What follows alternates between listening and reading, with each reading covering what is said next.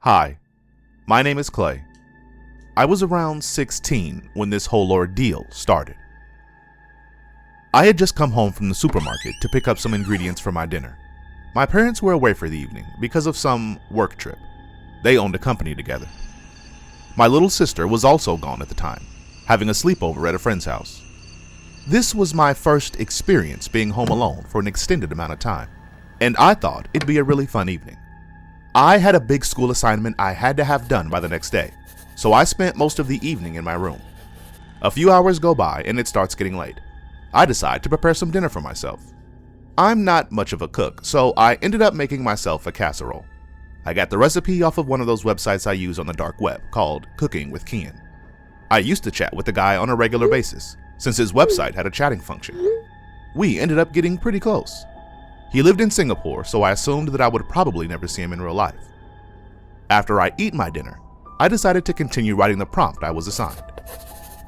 I remember I was trying to find a picture for the front cover of the essay when Kian DM'd me on his website. It read, "Yo." I said, "Hey," back. He asked if I wanted to see his new recipe. It was for a pasta pesto. I was like, "Sure, send it over, man." I clicked. It was a pretty basic recipe consisting out of a few ingredients. He said thanks. That's weird. I hadn't given any criticism yet. We stopped communicating for a bit. After about an hour, I heard my phone buzzing intensely under my bedsheets. 10 missed calls from an unknown number. Huh, that's weird, I said. I shook it off and went back to work. Not even a minute later, I received a DM from Kian. It read, "Why are you ignoring me?" He then calmly said, "Look out your window." I slowly moved towards the window. The street lamp illuminated a figure standing in front of my house.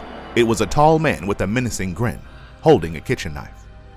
I mouthed the words, "What the fu-" while in disbelief. That can't be Kian.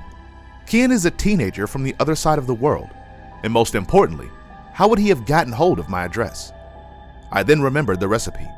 I carefully looked at the link, and lo and behold, there was an IP tracker embedded in the link. I shoved my desk in front of my bedroom door, hoping he wouldn't be able to get in. I then called 911. The dispatcher answered.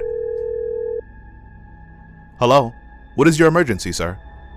I then explained everything to her about the messages and about the fact he found my location. She said it would take them 15 minutes to get to where I'm at. I hoped he wasn't able to get into the house within those next 15 minutes. I then heard a massive crash downstairs. "He's in the house," I mumbled to myself. I decided the best option would be to hide in my closet, hoping it wouldn't find me. 7 minutes go by and no sign from Kian. I then heard someone climbing up the stairs. He then proceeded to open my door. He noticed there was something weighty on the other side, which made him believe I was in there. He struggled for about 4 minutes and then left, since he knew the police was probably on its way. When the police got to the house, I explained the whole situation. The unfortunate thing is that this guy was never caught.